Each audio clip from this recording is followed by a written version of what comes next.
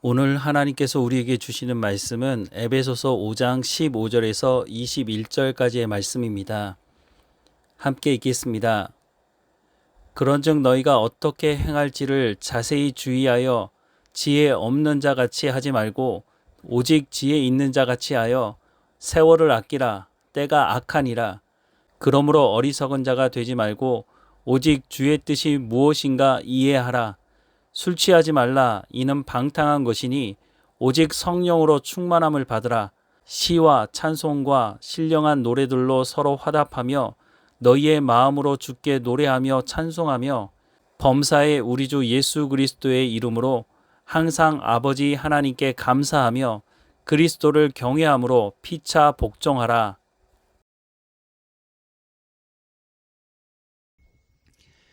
에베소서 말씀을 보면 우리가 받은 구원이 어디로부터 시작했는지를 말씀을 하고 있고, 또 하나님께서 부르신 사람들을 교회로 부르셨는데 그 교회 공동체를 어떻게 하면 성장시킬 수 있는지도 말씀해 주고 있습니다. 무엇보다 우리가 하나님의 나라를 소망하고 천국을 소망하고 있지만 우리가 이 땅에서 어떻게 살아야 하는지에 대해서도 구체적으로 말씀하고 있다는 것입니다. 하나님의 말씀을 보면 뜬구름 잡는 이야기, 그런 이야기가 아니라 하나님의 말씀은 우리의 삶에 실천할 수 있는 구체적인 말씀을 해주고 있는 것을 확인할 수가 있습니다. 에베소서 말씀만 보더라도 에베소서 1장부터 3장은 이론적인 부분을 말씀하고 있다면 4장 이후는 실제적으로 우리의 삶에 어떤 실천적인 말씀으로 해주시고 있는지를 확인할 수가 있습니다. 에베소서 4장 21절부터 24절 말씀에 보면 진리가 예수 안에 있는 것 같이 너희가 참으로 그에게서 듣고 또한 그 안에서 가르침을 받았을진데 너희는 유혹의 욕심을 따라 썩어져가는 구습을 따르는 옛사람을 벗어버리고 오직 너희의 심령이 새롭게 되어 하나님을 따라 의와 진리의 거룩함으로 지으심을 받은 새 사람을 입으라라고 말씀을 하고 있습니다.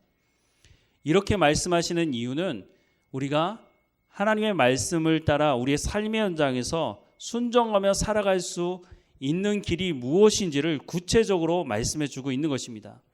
무엇보다 오직 너희의 심령이 새롭게 되어 하나님을 따라 의와 진리의 거룩함으로 지으심을 받은 새 사람을 입으라라고 하는 이 말씀이 참 중요한데요. 왜냐하면 우리의 심령이 새로워지지 않는다면 우리의 삶에 하나님의 말씀을 따라 순종하는 삶을 살아갈 수 없기 때문인 것입니다. 그래서 말씀을 다시 보면 오직 너희 심령이 새롭게 되어 라고 말씀하는 이 말씀을 보면 그럼 도대체 우리 심령이 어떻게 하면 새로워질 수 있다는 걸까요? 이 말씀만 보면 무슨 말씀인지 모르지만 원문을 다시 한번 들여다보면 우리의 심령이 성령으로 말미암아 새롭게 되어진다라고 말씀을 해주고 있다는 것입니다. 그래서 성령으로 말미암아 우리의 심령이 새로워진다. 이건 도대체 무슨 말일까? 우리의 생각이 새로워진다는 겁니다. 그래서 성령이 우리의 생각을 하나님의 말씀으로 새롭게 한다고 말씀하고 있는데 그 말씀을 알 수 있는 것은 의라고 하는 것이 하나님의 말씀을 듣고 순종하는 것을 성경에서는 의라고 말씀하고 있고 진리는 하나님의 말씀 아닙니까? 그러니까 오직 너희의 심령이 새롭게 되어 하나님을 따라 의와 진리의 거룩함으로 지으심을 받은 새 사람을 입으라는 이 말씀은 성령께서 우리를 진리 가운데로 인도하시니까 그 성령께서 하나님의 말씀을 깨달아 알게 하시고 우리의 생각을 바꾸게 하셔서 우리의 삶의 현장에서 하나님의 말씀을 따라 순종할 수 있도록 하나님께서 성령을 통해서 역사하신다는 것입니다. 그러니까 우리의 삶에 구체적으로 하나님께서 이런 삶을 살라고 말씀하실 수 있다는 것입니다. 거룩한 사람 어떻게 될 수 있다고요? 하나님의 말씀으로만 거룩한 사람이 될 수 있다고 성경은 말씀해주고 있다는 것입니다. 우리가 예수 믿기 전에 우리가 예수님을 영접하기 전에 허물과 죄로 죽었던 존재 아니었습니까? 그래서 육체의 욕심을 따라서 썩어져가는 구습을 따르는 옛사람으로 살았죠. 그런데 예수 그리스도를 영접함으로 사망에서 생명으로 옮겨지게 되었다고. 그래서 우리 가운데 심령이 새롭게 되어 하나님을 따라 의와 진리의 거룩함으로 지으심을 받은 새 사람을 입으라고 하나님께서 말씀하시는 것을 우리가 들을 수가 있게 되었다고 말씀해 주고 있는 것입니다. 그런데 여기 또 한 가지 중요한 게 있습니다. 불량식품을 먹으면서 상한 음식을 먹으면서 건강할 수가 없겠죠. 우리가 하나님의 말씀을 들을 때도 마찬가지입니다. 바울이 여러 교회를 개척했는데 그 교회 안에 복음이 아닌 거짓 복음을 전하는 사람들이 있었다는 것을 알 수 있습니다. 아니, 예수님을 영접하고 하나님의 말씀을 들으려고 오는 사람들이 모인 공동체에 어떻게 거짓 복음이 전해지고 또 그 거짓 복음을 받아들이는 사람이 있었을까 하는 의문이 들지만 분명한 것은 서신서를 통해서 알 수 있듯이 그런 사람이 있었다는 것입니다. 최소한 우리가 장을 담글 줄 몰라도 장 맛을 보고 이게 좋은 장인지 아닌지는 알 수 있어야 되지 않을까요? 하나님의 말씀도 마찬가지입니다. 우리가 하나님의 말씀을 들었다고 하는데 이것이 정말 하나님께서 말씀하시는 것인지 아니면 거짓 복음을 말하는 거짓 선지자들의 말인 것인지를 분별할 실력은 있어야 한다는 것입니다.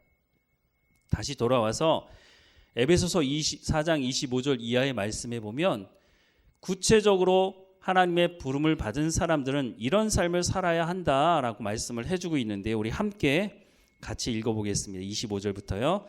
그런즉 거짓을 버리고 각각 그 이웃과 더불어 참된 것을 말하라. 이는 우리가 서로 지체가 됨이라. 분을 내어도 죄를 짓지 말며 해가 지도록 분을 품지 말고 마귀에게 틈을 주지 말라. 도둑질하는 자는 다시 도둑질하지 말고 돌이켜 가난한 자에게 구제할 수 있도록 자기 손으로 수고하여 선한 일을 하라. 무릇 더러운 말은 너희 입 밖에도 내지 말고 오직 덕을 세우는데 소용되는 대로 선한 말을 하여 듣는 자들에게 은혜를 끼치게 하라. 하나님의 성령을 근심하게 하지 말라. 그 안에서 너희가 구원의 날까지 인치심을 받았느니라.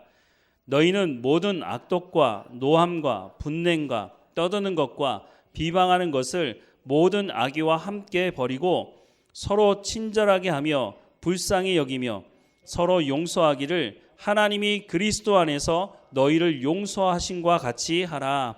아멘. 아마 오랜 동안 신앙생활 하신 분들은 처음 듣는 말씀은 아닐 것입니다. 왜냐하면 이 말씀이 에베소서에만 기록된 말씀이 아니라 성경 여러 군데 기록이 되어 있고 구약에도 기록된 말씀이기 때문인 것입니다. 그런데 이렇게 상식적인 말씀과 같은 이 말씀을 왜 굳이 여기에 기록을 또다시 하고 있을까요? 또다시 하고 있다는 것, 반복적으로 하고 있다는 것은 성경에서 중요하기 때문에 말씀을 해주고 있는 것입니다. 이 말씀은 어떻게 보면 세상 사람들도 거의 다 알고 있는 말씀일 것입니다. 거짓말하지 말라. 참된 것을 말하라. 분을 품지 말고 도둑질하지 말라. 더러운 말을 내 입 밖에도 꺼내지 말라. 너무 상식적인 말씀 아닐까요? 그런데 이게 왜 중요하다고 이렇게 기록을 하고 말씀을 하고 있는 걸까요? 어떻게 보면 어린이집에서 유치원에서 초등학교에서 늘 하는 말 아닙니까? 그런데 중요한 것이 이렇게 잘 알고 있을 것 같은 이 말씀을 세상 사람들은 이 말씀대로 살지 않으려고 한다는 겁니다. 몰라서가 아니라 자신의 탐욕을 채우기 위해서는 이대로 살 수가 없기 때문에 그래서 알고 있다고 말은 하지만 이렇게 살아가지 않는 것이죠. 그래서 세상 사람들도 야 이거 강제적으로라도 이거 지켜야 되겠다 해서 법을 만들죠. 그러면 세상이 더 좋아졌나요? 그렇지 않았죠. 역사를 뒤돌아보면 이 기본적이고 상식적인 것 같아 보이는 이런 말씀들을 지키지 않았기 때문에 사회가 혼란스러워졌고 심지어는 나라가 망하게 되는 일도 있었습니다. 이것을 경험한 사람들이 그러면 그럼 법을 더 촘촘하게 만들어야겠다. 그래서 그렇게 만들죠. 점점 더 법이 복잡해지죠. 그러면 더 좋은 세상이 되어집니까? 그렇지 않습니다. 여전히 자신의 탐욕을 채우기 위해서 이런 말씀들을 안다고는 말하지만 삶의 현장에서는 지키려고 하지 않는다고 하는 것입니다. 조금 전에 우리가 읽었던 에베소서 이 4장의 말씀이 상식적인 말씀으로 보이지만 사실은 상식을 넘어서는 말씀이라고 하는 것입니다. 하나님께서 사람을 만드시고 하나님의 형상을 따라 사람을 만드시고 난 이후에 사람에게 하나님의 성품을 넣어주셨습니다. 그래서 사람다운 삶을 어떻게 살아갈 것인지를 알게 하셨죠. 그런데 탐욕을 쫓아갔던 인간이 하나님을 대적하고 하나님 말씀에 불순종하면서 하나님께서 만들어 놓은 질서를 파괴하고 자기 나름대로 이 탐욕을 채우기 위해서 다른 구조, 새로운 시스템을 만들어 놓게 됐죠. 그래서 하나님을 대적하고 하나님 말씀에 불순종하면서 자기의 탐욕을 채우려고 열심히 노력했지만 그 결과는 뭡니까? 더 많은 죄를 만들게 되었다는 것입니다. 한 예로 들자면 우리도 요즘 경험하는 것이지만 기후위기, 이 기후변화 때문에 전 세계가 몸살을 앓고 있습니다. 그래서 한쪽에서는 이 기후위기를 극복해야 한다라고 주장하는 사람도 있지만 또 다른 한편에서는 이것을 반대합니다. 왜냐하면 이 기후위기를 주장하는 사람들, 그 사람들의 말을 다 듣게 되면 자신들이 원하는 그 탐욕을 채울 수가 없기 때문인 것입니다. 더 많은 것을 가지고 더 많은 것을 누리기 위해서는 어쩔 수 없다고 주장하는 사람들이 충돌하고 있는 것이죠.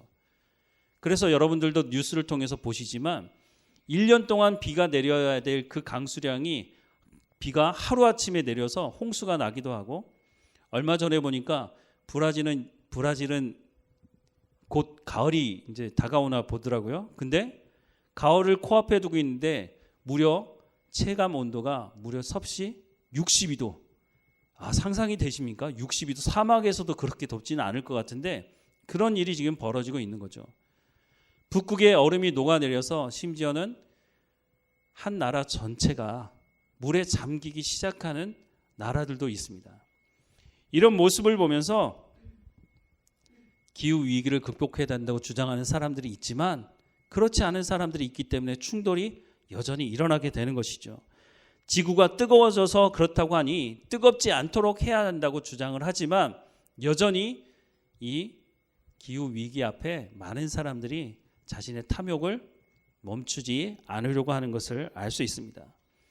이런 악순환은 역사 속에서 계속해서 진행해 왔고 지금도 진행 중이고 앞으로도 아마 쉽게 이 악순환에서 벗어나기는 쉽지 않아 보입니다.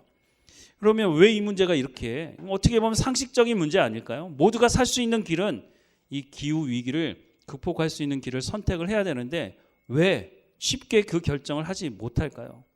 왜 이런 충돌이 일어날까요? 여러 가지 연구 결과들을 내놓고 있지만 제가 보기에는 이런 문제를 윤리적이고 도덕적인 차원에서 접근하려고 하기 때문이라고 생각이 듭니다. 이 문제는 영적인 문제이고 영적인 문제의 관점에서 접근을 해야 하는데 그렇지 않는다는 거죠. 도덕적이고 윤리적인 차원에서 나만 잘 먹고 잘 살면 되겠냐? 모두가 잘 먹고 잘 살아야지, 이렇게 얘기하는 거 설득력이 있지만 그것으로는 이 문제가 해결되지 않는다는 것입니다. 왜냐하면 도덕적이고 윤리적인 기준이 사람마다 다를 수 있고 나라마다 다를 수 있기 때문입니다. 보통 이런 위기를 당하는 나라들 보면 가난하고 어려운 나라들이 많습니다. 힘있고 많은 경제적인 이익을 얻는 나라들은 이것을 멈추려고 하지 않죠. 자기들 나름대로의 도덕적이고 윤리적인 기준을 가지고 접근을 하면서 이것을 받아들이려고 하지 않는다고 하는 것입니다. 영적인 문제로 바라보는 사람들, 이 사람들이 이 문제를 해결할 수가 있는데 바로 그리스도인들이 이 문제를 해결할 수 있지 않을까 하는 생각을 해봅니다. 왜냐하면 그리스도인들은 이런 문제를 영적으로 접근할 수 있는 사람들이기 때문인 것입니다. 윤리적이고 도덕적으로 접근하는 사람들은 자신들은 잘못이 없다고 말합니다. 하지만 영적으로 접근하는 사람들은 첫 번째 예수 그리스도를 영접할 때부터 자신이 죄인이라고 하는 사실을 인정하고 시작하고 있기 때문에 이 문제를 해결할 수 있는 근본적인 취지를 말씀을 드릴 수 있다는 것입니다. 그래서 조금 전에 말씀을 드렸지만 에베소서 4장 23절부터 24절, 오직 너희의 심령이 새롭게 되어 하나님을 따라 의와 진리의 거룩함으로 지으심을 받은 새 사람을 입은 사람들, 바로 자신이 죄인임을 고백하고 하나님의 말씀을 따라 순종하며 살아가는 사람들, 하나님께서 세상을 창조하시고 뭐라고 명령하셨습니까? 이 모든 것을 착취하고 내 탐욕을 위해서 자연을 파괴하라고 말씀하셨습니까? 하나님 그렇게 하지 않으셨죠. 하나님께서 이 자연을 잘 다스리라고 명령하셨으니 우리가 영적으로 접근한다면 이 문제를 해결할 수 있는 길이 보이지 않을까 하는 생각을 해보게 됩니다. 그런데 이것을 해결하기 위해서 중요한 것 한 가지가 있는데 그것이 바로 성령의 충만함을 받아야 한다는 것입니다. 우리가 예수 믿고 나서 하나님 제가 죄인입니다 이렇게 고백하지만 사실 이 고백이 쉬운 고백이 아닌 것입니다. 내 의지로 나는 죄인이다 고백하는 것이 그건 불가능한 것이죠. 세상 사람들이 만약 그랬다면 아마 기후 문제 쉽게 해결될 것입니다. 하지만 그 사람들은 죄인이라고 고백하지 않죠. 예수 믿는 사람들이 나는 죄인이라고 고백할 수 있는 중요한 이유는 성령이 임하고 성령을 통해서 하나님의 말씀을 깨달아 알고 하나님의 사랑을 깨달아 알기 때문에 하나님 제가 죄인입니다 라고 고백할 수가 있는 것이죠. 그래서 에베소서에도 보면 성령 충만함을 계속해서 강조하고 있는 것입니다. 자신이 죄인이라는 고백을 할 수 있어야 하나님의 자녀로서의 삶을 시작할 수가 있는 것입니다. 교회다운 교회를 이루어갈 수 있는 것도 마찬가지입니다. 갈라디아서 2장 20절 말씀에 보면 내가 그리스도와 함께 십자가에 못 박혔나니 그런즉 이제는 내가 사는 것이 아니요 오직 내 안에 그리스도께서 사시는 것이라. 이제 내가 육체 가운데 사는 것은 나를 사랑하사 나를 위하여 자기 자신을 버리신 하나님의 아들을 믿는 믿음 안에서 사는 것이라고 말씀합니다. 예수 믿는 사람들이 하는 고백 아닙니까? 그런데 이 고백이 만만치 않은 고백인 것입니다. 세상 사람들은 할 수 없는 고백인 것입니다. 예수님을 영접한 사람들, 그래서 자신의 죄인됨을 고백하고 예수 그리스도가 아니면 내가 온전히 살아갈 수 없다고 고백하는 고백을 할 수가 있게 되는 것입니다. 자신이 죄인임을 고백하고 인정하지 않게 되면 하나님 말씀을 들을 수가 없는 거죠. 물론 하나님 말씀을 들을 수가 없으니까 죄인임을 인정하지 않을지도 모르겠지만 자신이 의롭고 자신이 하는 생각과 자신이 판단이 맞다고 생각이 드니까 죄인됨을 인정하지도 않고 하나님 말씀을 듣지도 않는 것이죠. 그래서 이스라엘 백성들이 광야에 나와서 금송아지 우상을 만들어 놨을 때에 그 사람들의 첫 번째 반응은 뭐가 잘못됐는데? 모세가 40일 동안 보이지 않았잖아. 하나님이 잘못한 거지. 이런 식으로 자신을 합리화하는 것입니다. 모세가 내려와서 하나님께서 만들어주신 십계명을 깨트리는 것을 보고서도 이 사람들은 돌이키지 않았습니다. 심지어는 레위 사람들이 하나님의 심판을 대행하며 3,000명이나 많은 사람들을 죽이는 현장에서도 속히 그 자리를 떠나지 않았다는 것입니다. 이 사람들이 이것을 경험했다면 40년 광야에 살면서 또한 경건의 훈련을 했다면 가나안 땅에 그 약속받은 가나안 땅에 들어가면 되지 않을까요? 그런데 그 가나안 땅을 코앞에 두고 다시 한번 우상을 숭배하고 음행하는 일이 벌어지게 됩니다. 정말 놀라운 것은 이 엄청난 일을 경험한 이스라엘 백성들이 시간이 지나고 나면 다 이 모든 것을 잊어버렸다고 하는 것입니다. 이 엄청난 대가 지불을 했음에도 불구하고 이 탐욕의 이 함정에서 떠나지 못하는 중요한 이유는 이것을 윤리적이고 도덕적인 관점에서 해결하려고 했기 때문이라는 것입니다. 영적인 문제로 이것을 바라봤다면 아마 쉽게 이 문제를 벗어날 수 있지 않았을까 하는 생각을 합니다. 오늘 본문의 말씀에도 보면 이 영적인 문제를 어떻게 하면 해결할 수 있는지 그 길을 제시하고 있습니다. 오늘 보면 15절부터 16절 말씀 먼저 같이 한번 읽어보도록 하겠습니다. 그런즉 너희가 어떻게 행할지를 자세히 주의하여 지혜 없는 자같이 하지 말고 오직 지혜 있는 자같이 하여 세월을 아끼라. 때가 악하니라. 아멘. 잠언 9장 10절 말씀에 보면 여호와를 경외하는 것이 지혜의 근본이요 거룩하신 자를 아는 것이 명철이니라 라고 말씀합니다. 또 시편 111편 10절 말씀에 보면 여호와를 경외함이 지혜의 근본이라. 그의 계명을 지키는 자는 다 훌륭한 지각을 가진 자이니 여호와를 찬양함이 영원히 계속되리로다라고 말씀합니다. 여기서 말하는 지혜는 뭘까요? 하나님의 말씀을 말합니다. 하나님을 경외하는 것이 지혜의 근본이랍니다. 하나님을 경외하는 것이 지혜의 근본이라고 하는 이 말씀을 다른 말씀으로 전해드린다면 하나님의 말씀을 듣고 순종하는 것을 의미하는 것입니다. 하나님을 경외한다고 말은 해놓고 하나님 말씀을 듣고 순종하지 않는다면 그것은 하나님을 경외하는 것이 아닌 것이죠. 하나님을 경외하는 것이 지혜의 근본이라 이것은 하나님의 말씀을 듣고 순종하는 사람이 고백할 수 있는 신앙의 고백이라고 하는 것입니다. 즉 반대로 말하자면 지혜가 없는 것은 하나님의 말씀을 모르고 하나님이 누구이신지 모른다는 것입니다. 자기의 뜻대로 그래서 자기의 탐욕을 이루고 나서 그것을 합리적인 것이라고 치장을 하는 것이죠. 전쟁을 일으켜놓고 나서도 뭐라고 말합니까? 어쩔 수 없는 전쟁이라고 말합니다. 그래야 우리가 더 많은 것을 가질 수 있다고 전쟁을 합리화시키는 일이 벌어지고 있는 것이죠. 홍해를 건넌 이스라엘 백성들, 그런데 그 사람들이 다 지혜로운 사람이 아니었죠. 그 사람들이 금송아지 우상을 만들었죠. 하나님의 그 만나를 맛보면서도 하나님 말씀에 불순종했죠. 그래서 결국은 하나님의 언약의 말씀을 거부하고 광야에서 생을 마감하게 되었습니다. 그 결과가 뭡니까? 시간을 허비하게 되는 것입니다. 오늘 말씀에 보면 17절과 18절에 그러므로 어리석은 자가 되지 말고 오직 주의 뜻이 무엇인가 이해하라. 술 취하지 말라. 이는 방탕한 것이니 오직 성령으로 충만함을 받으라 라고 말씀합니다. 어떻게 하면 세월을 아낄 수 있느냐? 어떻게 하면 우리가 지혜로워질 수 있느냐? 그것은 오직 성령의 충만함으로만 가능하다라고 말씀합니다. 그런데 이 말씀을 보면서 술 취하지 말라 이는 방탕한 것이니 라고 하는 이 말씀에 또 꽂히는 사람들이 있습니다.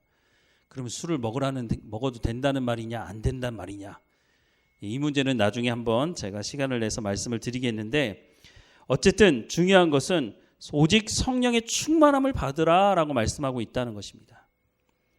세월을 아끼고 지혜로워지기 위해서 왜 성령의 충만함을 받아야 하느냐? 이미 예수님께서 하신 말씀이 있죠. 요한복음 16장 12절부터 15절 말씀 우리 같이 한번 읽어보겠습니다. 내가 아직도 너희에게 이를 것이 많으나 지금은 너희가 감당하지 못하리라. 그러나 진리의 성령이 오시면 그가 너희를 모든 진리 가운데로 인도하시리니 그가 스스로 말하지 않고 오직 들은 것을 말하며 장래의 일을 너희에게 알리시리라. 그가 내 영광을 나타내리니 내 것을 가지고 너희에게 알리겠음이라. 무릇 아버지께 있는 것은 다 내 것이라. 그러므로 내가 말하기를 그가 내 것을 가지고 너희에게 알리시리라 하였노라. 아멘. 성령이 오시면 무엇을 하신다고요? 우리를 진리 가운데로 인도하신다고 말씀합니다. 우리를 진리 가운데로 인도하셔서 하나님의 말씀이 어떤 말씀인지 그 의도와 목적이 무엇인지를 깨달아 알게 하신다고 말씀을 하고 있습니다. 무엇보다 감사한 것은 구하는 자에게 성령을 주시겠다고 약속을 하고 있다는 것입니다. 물론 자원함으로 해야 합니다. 억지로 해서는 그것을 온전히 사용할 수도 없고 성령의 충만함을 유지할 수 있는 길도 모르기 때문에 자원함으로 구하라고 말씀하고 있습니다. 성령이 우리 가운데 임하면 하나님께로 우리를 인도하시고 하나님 말씀을 깨달아 알게 하신다고 분명히 약속하고 있으니 우리가 성령의 충만함을 구하라라고 말씀하는 이 말씀에 순종해야 할 것입니다. 우리가 기도할 제목이 많죠. 그런데 성령의 충만함을 받는 것만큼 중요한 기도가 저는 없다고 생각이 듭니다. 그런데 많은 사람들이 기도할 때 성령의 충만함을 위해서 기도하기보다는 먹고 마시는 것을 위해서 기도를 훨씬 많이 하죠. 마태복음 6장 30절부터 34절의 말씀에 보면 오늘 있다가 내일 아궁이에 던져지는 들풀도 하나님이 이렇게 입히시거든 하물며 너희일까 보냐. 믿음이 작은 자들아. 그러므로 염려하여 이르기를 무엇을 먹을까 무엇을 마실까 무엇을 입을까 하지 말라. 이는 다 이방인들이 구하는 것이라. 너희 하늘 아버지께서 이 모든 것이 너희에게 있어야 할 줄을 아시느니라. 그런즉 너희는 먼저 그의 나라와 그의 의를 구하라. 그리하면 이 모든 것을 너희에게 더하시리라. 그러므로 내일 일을 위하여 염려하지 말라. 내일 일은 내일이 염려할 것이요 한날 괴로움은 그날로 족하니라. 아멘. 먼저 그의 나라와 그의 의를 구하라는 말씀은 하나님의 말씀을 듣고 순종하는 삶을 살라는 것입니다. 하나님께서 우리가 그냥 가난하게 살기를 원하신다는 말씀을 하고 있는 것이 아닙니다. 먹고 마시는 것을 절대로 구하지 말라라고 하는 말씀도 아닙니다. 중요한 것은 우리가 하나님의 말씀을 듣고 순종하는 삶을 살아가려고 하고 있느냐, 하나님께 말씀을 구하고 있느냐, 위로부터 오는 지혜를 구하고 있느냐라고 하는 것을 말씀하고 있습니다. 이렇게 하기 위해서 가장 중요한 것은 앞서 말씀드린 것과 같이, 예수님이 말씀하신 것과 같이 성령이 너희에게 임하기를 기도하라는 것입니다. 그래서 예수님이 승천하실 때에 예수님을 잡아 죽인 사람들이 기세등등하고 있을 그때에 예루살렘을 떠나지 말고 성령이 임할 때까지 너희가 기도하라고 말씀을 하셨다고 하는 것을 우리가 기억해야 할 것입니다. 그러니 우리가 평소에도 성령의 충만함을 위해서 기도해야 하는 것이죠. 그런데 이 말씀을 하면서 조금 전에 우리가 봤지만 술 취하지 말라는 말씀을 하고 있습니다. 아니, 술 취하지 말라는 것과 성령의 충만함과 무슨 관계가 있길래 이 말씀을 하는 걸까? 우리가 이 배경을 좀 알아야 하는데요. 당시에 많은 사람들이 우상을 숭배했는데, 많은 사람들이 우상을 숭배하는 것 중에 디오니소스라고 하는 신을 숭배하기도 했습니다. 디오니소스, 처음 듣는 분도 계실지 모르겠는데 로마 신화에는 이 디오니소스를 바코스라고 말하고 있고요. 우리나라에서는 이 디오니소스를 바카스라고 말합니다. 바카스 하면 모르는 분이 없으시죠? 한 제약회사가 음료를 만들어가지고 판매를 해서 다 아실 텐데, 이 바카스, 디오니소스 똑같은 신을 의미하는데요. 이 신은 그럼 무슨 신이냐? 이 신이 바로 술의 신입니다. 술의 신을 섬기는 사람들은 흥청망청 술 마시는 것을 즐겨했습니다. 바로 이 배경을 가지고 사도 바울이 말을 하는 것인데, 사람이 술에 취하면 어떻게 됩니까? 지혜로워지고 사리를 제대로 분별하게 됩니까? 그렇지 않죠. 지혜를 상실하게 되고 사리 분별을 하지 못하게 되죠. 그래서 결국은 범죄가 일어나기도 합니다. 오늘날에도 이 술 때문에 일어나는 범죄가 꽤 많죠. 가장 대표적인 것이 폭력입니다. 이 폭력이 가정에서 이루어지기도 하고, 그래서 심지어는 이 폭력으로 사람의 생명을 잃기도 합니다. 심지어는 대학교 신입생 환영회 때 술을 너무 많이 먹여서 사망하는 일도 종종 일어나죠. 더 심각한 것은 술 먹고 운전하는 이 음주운전, 지금도 많은 사람들이 이 음주운전 단속에 걸립니다. 그럼에도 불구하고 이 숫자가 좀처럼 줄지 않죠. 자신만 생명의 위협을 받는 것이 아니라 심지어는 다른 사람들의 생명을 앗아가기도 하지 않습니까? 에베소서 5장의 첫 부분에 보면 이 우상 문제를 언급을 하고 있는데, 이 5장 말미에 와서 또다시 이 우상 문제를 또다시 언급을 하고 있습니다. 이게 무슨 말일까요? 그러면서 성령의 충만함을 말씀하고 있습니다. 이 말씀은 우상 숭배가 심각한 문제이기도 하지만 이 우상의 문제가 성령의 충만함을 받는 데 가장 큰 장애가 되는 것이라고 말씀을 하고 있는 것입니다. 왜 우상 숭배가 성령의 충만함에 가장 큰 장애가 될까요? 우상 숭배는 단순히 우상 앞에 절을 하는 것이 문제가 아닙니다. 물론 그것도 문제가 되지만 더 심각한 것은 우상 숭배를 왜 하느냐에 있는 것입니다. 우상 숭배는 인간의 탐욕 때문에 생겨난 것입니다. 더 많은 것을 가지기 위해서, 더 많은 것을 마시고 먹기 위해서, 그래서 우상을 숭배하는 것이죠. 바로 성령 충만을 가장 크게 방해하는 것이 인간의 탐욕이라고 하는 것입니다. 이 탐욕의 문제를 해결하지 않고는, 이 탐욕의 문제를 해결하기 위해서 반드시 우리가 받아야 되는 것이 성령의 충만함이라고 말씀을 하고 있는 것입니다. 그래서 이것이 상식적으로 들려지기도 하지만 이것이 상식적인 문제를 넘어서는 영적인 문제라고 하는 것을 말씀해 주고 있는 것입니다. 인간의 탐욕의 문제를 해결하기 위해서 성령의 충만함을 받으라고 그래서 말씀을 해주고 있는 것입니다. 성령의 충만함을 받는 것이 성령의 충만함을 받아야 되는 이유가 뭐라고 말씀을 드렸습니까? 하나님의 말씀을 깨달아 알기 위한 것이라고 말씀을 드렸죠. 이 말씀이 또 야고보서에 보면 이렇게 말씀을 하고 있는데요. 야고보서 1장 2절부터 8절 말씀에 보면 내 형제들아 너희가 여러 가지 시험을 당하거든 온전히 기쁘게 여기라. 내가 너희의 믿음의 시련이 인내를 만들어내는 줄 너희가 알미라. 인내를 온전히 이루라. 이는 너희로 온전하고 구비하여 조금도 부족함이 없게 하려 함이라. 너희 중에 누구든지 지혜가 부족하거든 모든 사람에게 후히 주시고 꾸짖지 아니하시는 하나님께 구하라. 그리하면 주시리라. 오직 믿음으로 구하고 조금도 의심하지 말라. 의심하는 자는 마치 바람에 밀려 요동하는 바다 물결 같으니 이런 사람은 무엇이든지 주께 얻기를 생각하지 말라. 두 마음을 품어 모든 일에 정함이 없는 자로라 라고 말씀을 하고 있습니다.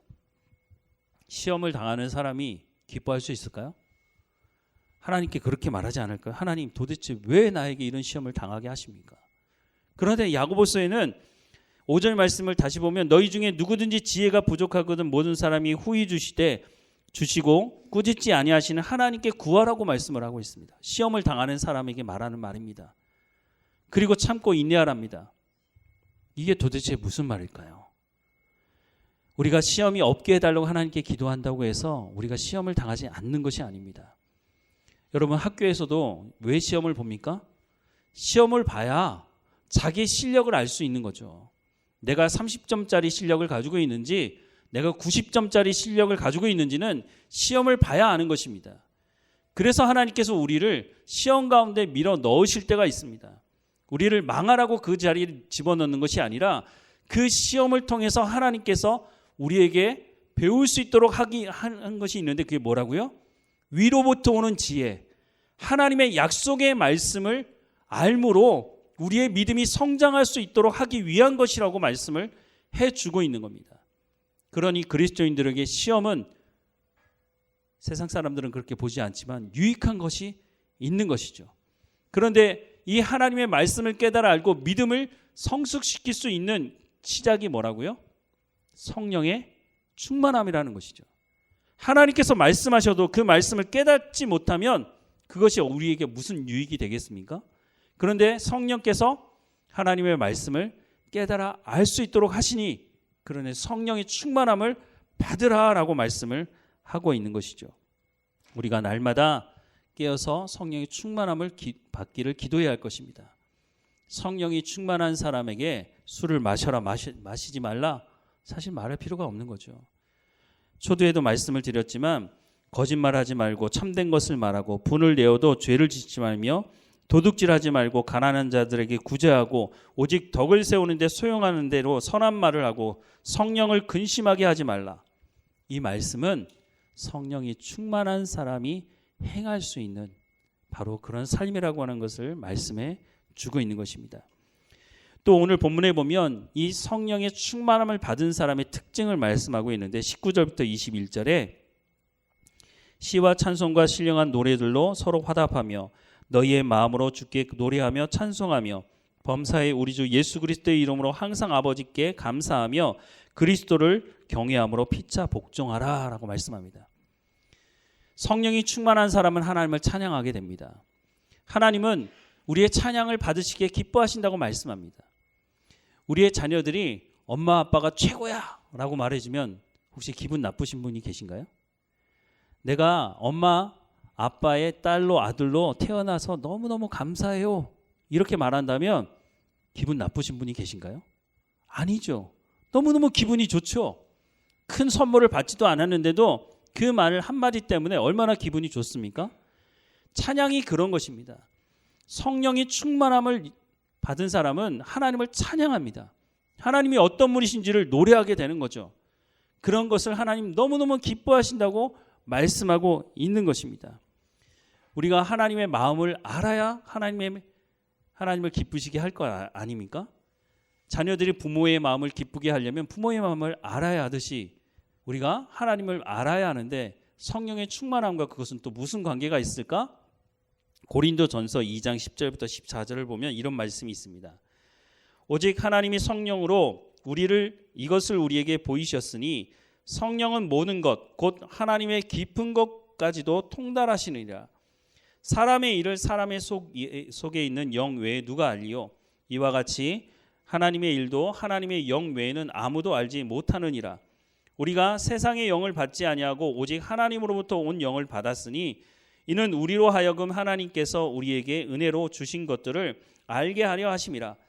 우리가 이것을 말하거니와 사람의 지혜가 가르친 말로 아니하고 오직 성령께서 가르치신 것으로 하니 영적인 일은 영적인 것으로 분별하느니라. 육에 속한 사람은 하나님의 성령의 일들을 받지 아니하나니 이는 그것들이 그에게는 어리석게 보임이요 또 그는 그것들을 알 수도 없나니 그러한 일은 영적으로 분별되기 때문이라 라고 말씀을 하고 있습니다. 그래서 성령의 충만함을 받으라는 겁니다. 성령이 하나님의 마음을 알기 때문에 그 성령이 하나님의 말씀을 깨달아 알게 하시는 것은 하나님이 어떤 분이신지 하나님의 뜻이 하나님의 마음이 어떤 분이신지를 알려주시기 때문에 그래서 성령의 충만함을 받으라고 말하는 것입니다. 그리고 오늘 본문 마지막에 보면 이 성령의 충만함을 받은 사람, 그 사람이 행해야 된 것이 그리스도를 경외함으로 피차 복종하라고 말씀하고 있습니다. 성령이 충만해야 가능한 것입니다. 그런데 간혹 가다가 교회들에 보면 자기의 기득권, 텃세를 부리는 사람들이 종종 있는 것을 봅니다.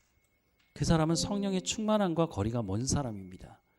성령이 충만하면 그리스도를 경외함으로 피차 복종하게 되어 있다는 것입니다. 예수 그리스도가 교회의 머리인 것을 인정하는 사람들이라는 것이죠. 그러니 자기 주장을 하지 않는 것입니다. 성령의 충만함을 받게 되면 생각이 바뀐다고 말씀을 드리지 않았습니까? 성령의 충만함을 받음으로 말미암아 하나님의 말씀을 깨닫고 이 사람의 삶이 어떻게 변화되느냐? 자신을 낮추는 삶을 살아가게 되는 것입니다. 왜냐하면 예수님께서 하신 말씀이 크고자 하는 자는 어떻게 하라고요? 자신을 낮추어서 어린아이들과 같이 저런 아이들을 영접하라고 말씀하고 있지 않습니까? 교회 안에서도 마찬가지입니다. 그러니 성령이 충만한 사람은 그리스도를 경외함으로 피차 복종하는 삶을 살게 되는 것입니다. 사랑하는 여러분, 성령의 충만함을 받으라고 성경은 거듭 반복을 하고 있습니다. 성령의 충만함 없이는 그리스도인다운 삶을 살아갈 수 없습니다. 왜냐하면 하나님 말씀을 깨달아 알 수가 없으니까. 하나님의 말씀을 깨달아 알지 못하면 우리의 생각이 바뀌지 않습니다. 우리의 생각이 바뀌지 않으면 우리의 삶의 습관도 바뀌지 않고 결국은 성령의 열매를 맺을 수가 없게 되는 것입니다. 그래서 우리의 손에서 성경의 말씀을 놓아서는 안 되는 것입니다. 제가 가끔 가다가 유튜브 보시냐고 확인을 하는데 하나님의 말씀을 들으셔야 됩니다. 하나님의 말씀을 들어야 우리의 생각이 바뀌고 그 하나님의 말씀이 우리의 삶에 성령의 열매를 맺도록 하는 것입니다.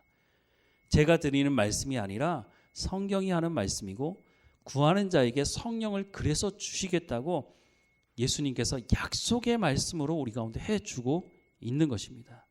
그래서 날마다 하나님께 기도하면서 하나님 내 가운데 성령의 충만함을 허락해달라고 기도하셔야 하는 것입니다. 이건 선택사항이 아닙니다. 성령의 충만함을 받지 않으면 신앙생활을 오래 하면서 교회를 어지럽히게 되는 장본인이 되는 것이고 텃세를 부리면서 새로 등록한 새신자들을 교회에 뿌리내리지 못하게 하는 역할을 하는 그 자리에 서게 되는 것입니다. 우리가 성령의 충만함을 받아야 겸손할 수 있고 하나님이 누구이신지를 알게 되고 성령의 열매를 맺을 수가 있다는 이 말씀, 그리고 그렇게 하나님께서 하시겠다고 약속하고 있지 않습니까? 하나님의 목적이 거기 있어요. 예수 그리스도를 대가지불하면서 우리를 하나님의 자녀로 삼으신 것은 너 이 교회에서 텃세 부려라, 너 기득권을 얘기해라, 그러려고 하나님 부르신 것이 아니라 하나님의 교회를 그리스도의 장성한 분량까지 이루게 할 수 있도록 하시기 위해서 우리를 부르셨다고 하는 것입니다. 우리의 힘과 능력, 우리의 지혜와 옛 습관으로는 될 수가 없는 것입니다. 하나님께서 약속하셨으니 이 약속의 말씀대로 내 가운데 성령의 충만함을 허락해 주십시오. 그래서 내가 그리스도의 장성한 분량에 이룰 수 있도록 내가 섬기는 이 복된 말씀 교회가 하나님의 말씀에 합당한 교회가, 하나님의 마음을 기쁘시게 하는 교회가 될 수 있도록 목사님 혼자 이루는 일이 아니라 모든 성도들이 각자의 삶에서 성령의 충만함으로 하나님의 말씀을 이루어낼 때에 이 시대에 작은 교회일지 모르지만 영향력 있는 교회가 될 수 있고 영향력 있는 그리스도인으로 살아갈 수 있다고 하나님께서 그것을 약속하고 계시니 우리가 이 약속의 말씀을 믿고 성령의 충만함을 날마다 구하는 우리의 삶이 되기를 주님의 이름으로 축원합니다. 사랑과 은혜가 풍성하신 하나님, 우리 가운데 날마다 성령의 충만함을 허락해 주시기를 다시 한번 간절히 간구합니다. 하나님 약속하신 그 성령의 충만함을 우리 가운데 허락해 주셔서 우리 가운데 주어진 시간을, 세월을 허비하지 않게 하시고 하나님이 말씀하신 그 뜻이 무엇인지 분명히 알고 하나님의 마음을 기쁘시게 하는 삶을 살아갈 수 있도록 인도해 주옵소서. 우리를 부르신 부르심이 무엇인지 분명히 알게 하시고 이 시대를 살아가며 분별하게 하시고 분간하게 하셔서 영적인 이 세상, 영적인 문제인 이 문제들을 가지고 하나님 앞에 끼어 있어서 하나님의 뜻을 이루어가는 삶을 살아갈 수 있도록 은혜를 허락해 주옵소서. 하나님, 우리 가운데 말씀하시는 그 말씀을 분명히 알게 하셔서 그 말씀을 살아내는 거룩한 삶을 살아갈 수 있도록 또한 인도해 주옵소서. 우리가 삶을 살아가는 현장에서 우리가 만나는 그 사람들에게 참 소망이 무엇인지를 말해줄 수 있도록 우리의 생각이 하나님 말씀으로 변화되며 우리의 삶이 변화되게 하셔서 성령의 열매가 맺게 하셔서 그들에게 참 소망이 무엇인지를 말해줄 수 있도록 날마다 우리 가운데 성령의 충만함으로 함께 하시고 인도해 주옵소서. 하나님, 우리를 통해서 영광을 드러내시며 하나님의 나라가 이루어지는 것을 또한 경험할 수 있도록 인도해 주옵소서. 고난 가운데, 시험 가운데 있는 성도들은 하나님의 말씀을 구할 때 하나님 말씀을 해주시고 그 약속의 말씀을 가지고 인내하며 승리할 수 있도록 하나님 인도해 주옵소서. 하나님, 하나님께 엎드려 기도하는 우리의 기도의 제목에 하나님 응답해 주시고 하나님의 나라가 이루어지는 그 현장 가운데 착하고 충성된 종이라고 칭찬 듣는 우리의 삶이 될 수 있도록 인도해 주옵소서.